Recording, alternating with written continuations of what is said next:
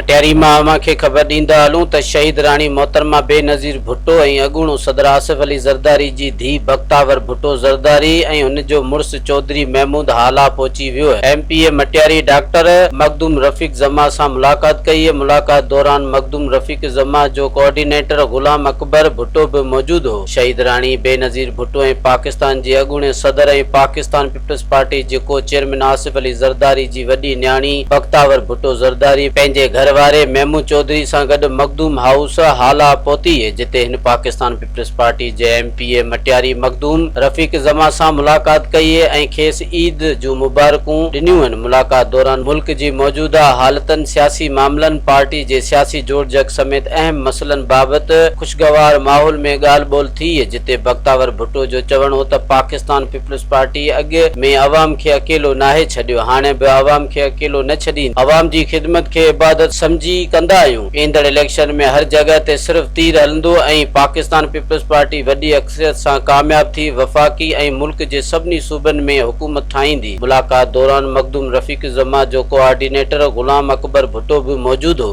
मज़ीद ख़बरनि ऐं तफ़सीलात लाइ विज़िट कयो असांजी वेबसाइट www.awamiNewsHD.com ऐं ॾिसंदा रहो अवामी न्यूज़ HD।